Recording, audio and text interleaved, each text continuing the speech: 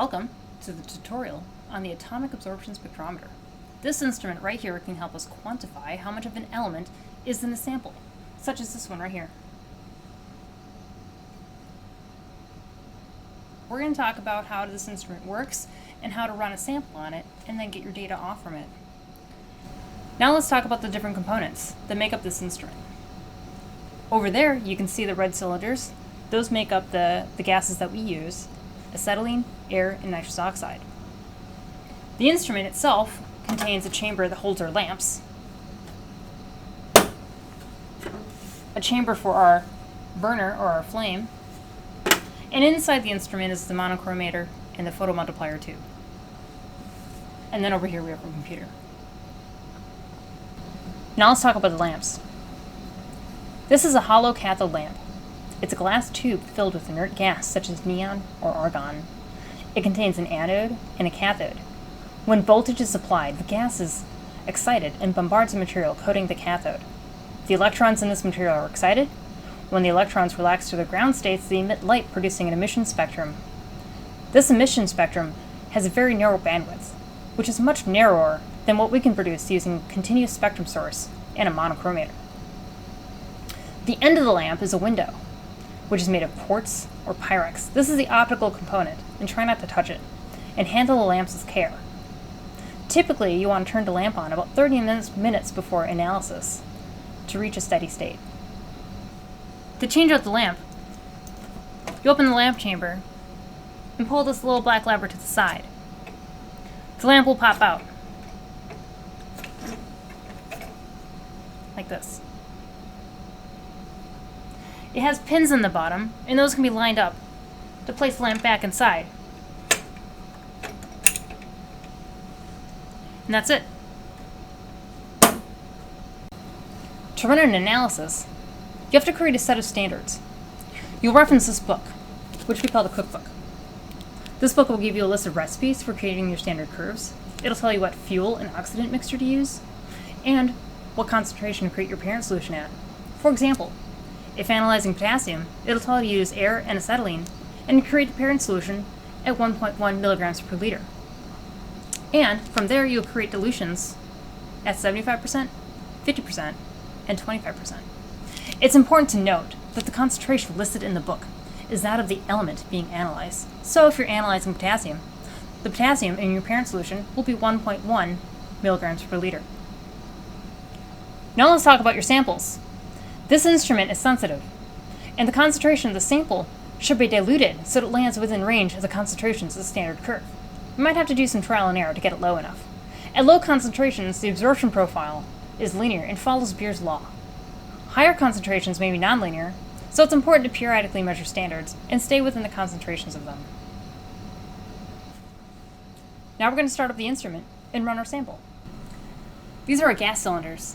This one contains acetylene. Acetylene is your fuel, and you'll be using this for every analysis. Back here we have air and nitrous oxide. These are your oxidants. The air and acetylene mixture burns at 2100 to 2400 degrees Celsius, whereas the acetylene and nitrous oxide mixture burns at 2600 to 2800 degrees Celsius. You'll be using air and acetylene more often. To open the gas cylinders, only rotate the top knob one full turn counterclockwise. Don't touch the knob on the front. This is part of the pressure regulator and determines the pressure running to the instrument. If the pressure is wrong, you'll get an error. To power the instrument on, you'll press the button on the side. And when you see the red mark, that's when the instrument is powered on. As the instrument boots up, it'll make a series of odd noises. This is normal. When it's time to turn the flame on, you'll press and hold this blinking light until it lights. Like this.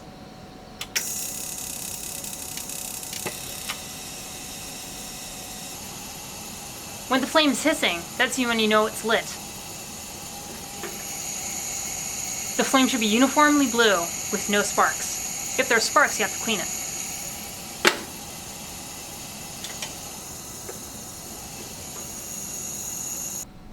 To clean off the burner head, you'll find a little scraper down here on the right side of the burner. Pull that out. You notice there's a thinner spot on the right. That corresponds to the notch where the spark occurs. You'll put the scraper inside of the slot, go back and forth a couple of times, and also scrape off the top. This will help clear any ash built up.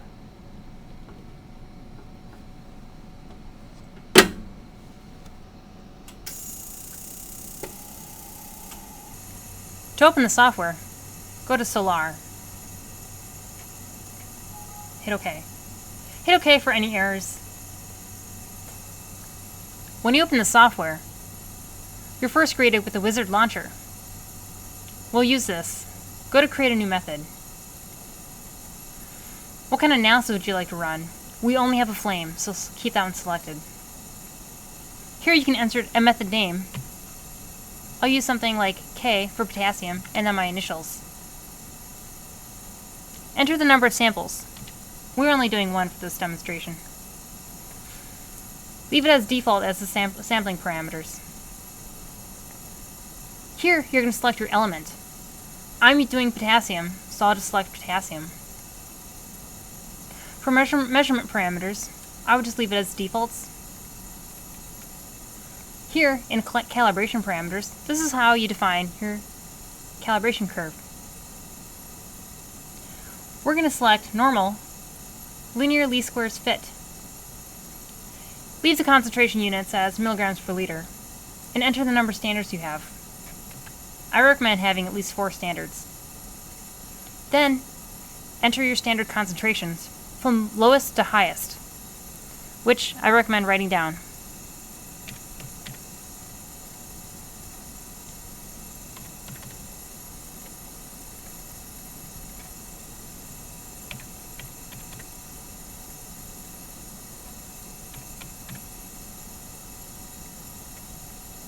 You have the option to add another element. We're only doing one this time. Then it gives you a summary. You can't save your method, so just hit done. To run an analysis, we're just going to run the current method that's currently loaded. This method that's loaded is this one I just made. Here, this is where we set up our lamps. You have to manually go and turn your lamp on. We're using the potassium and sodium lamp here. Click on over here in state. When you turn your lamps on, you have to make sure the lamp you're using is loaded. If you open the lamp chamber, you'll see it holds 6 lamps. The lamp you want should be lit up. We're currently using the sodium potassium lamp, which I see is not in position in the far back. You want your lamp that you're using to be the lamp in the back in the middle. So I'm going to rotate the carousel using the software until the lamp I want is centered correctly.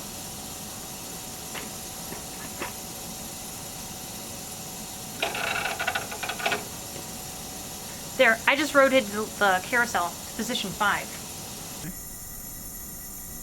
If the lamp isn't loaded in the correct position, you can rotate it using the carousel position button. It's on position 5, so we leave it there. Hit next.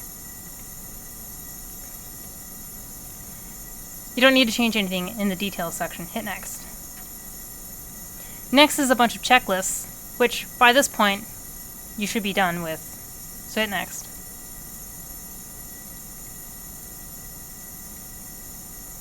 Now you're ready to start analysis. So hit start.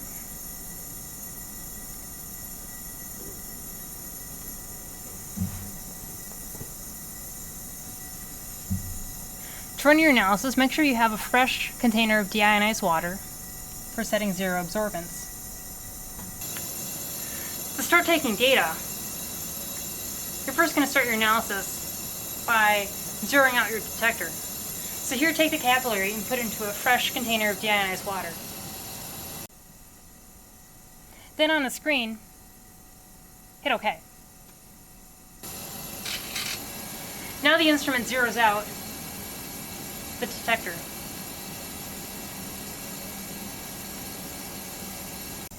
As the instrument zeroes out your detector, get your standards ready. I recommend putting them in lowest concentration to highest concentration on the table.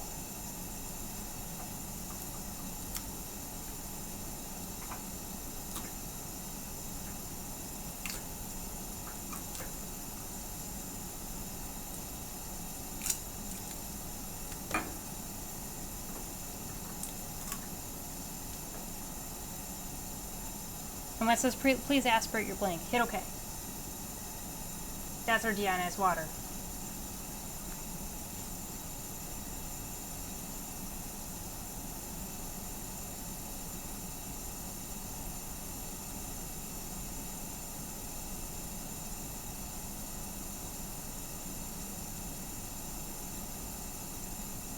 Next, we aspirate the standard number 1. This is our lowest concentration. Make sure you put the capillary into the sample before hitting OK.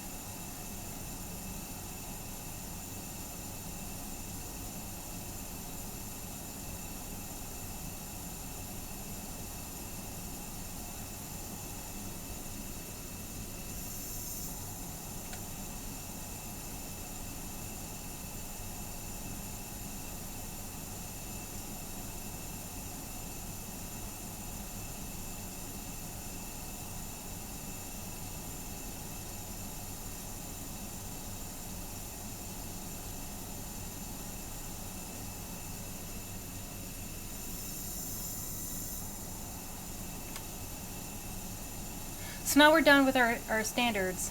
Next we'll get our sample ready.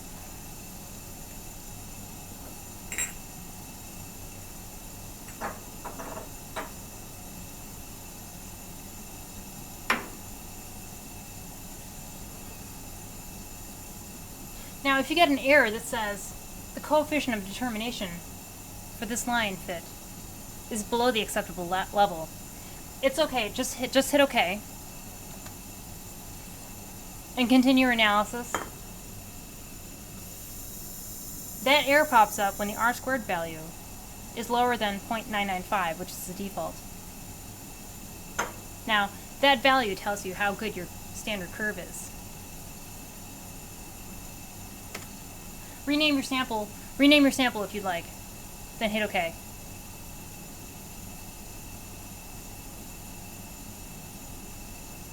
Even though R-squared value is below the accepted level, you can still run your analysis. It'll just calculate the concentration of your unknown according to the linear fit that it determines. Okay, now it is done, and the next step is to stop the analysis unless you need to add more standards or samples.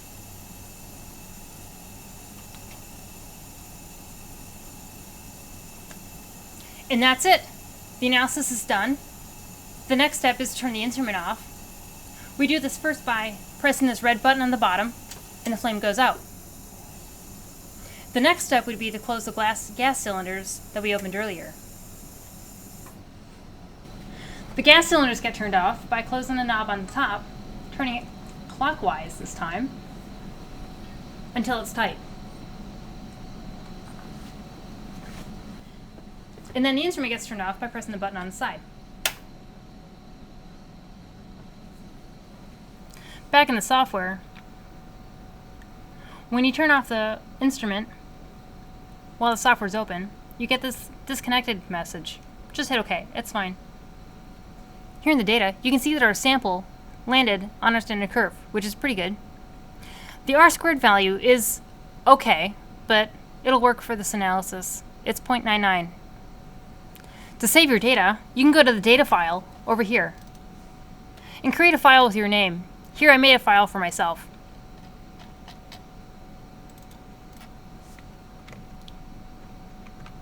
Go go back to the software. You can export your data by going to Export, Results as CSV. I recommend having all the data selected so you don't miss anything. Hit OK. Navigate to your folder and rename it something useful. Save. Now this data is saved in an Excel sheet, which you can open elsewhere. To get the data off the computer, insert into a USB drive and paste it in, and you can take it.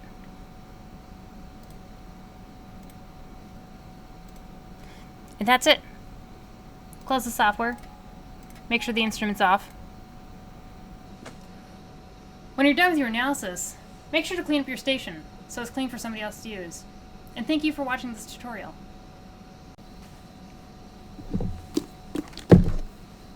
So if you're analyzing potassium, the sodium, damn it. Air and acetylene will be used most often, and they're used for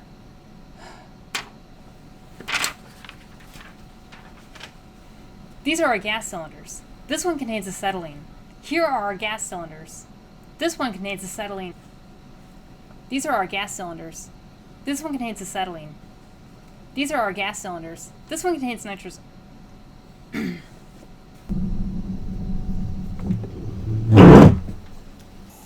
Now we're ready to go to the computer.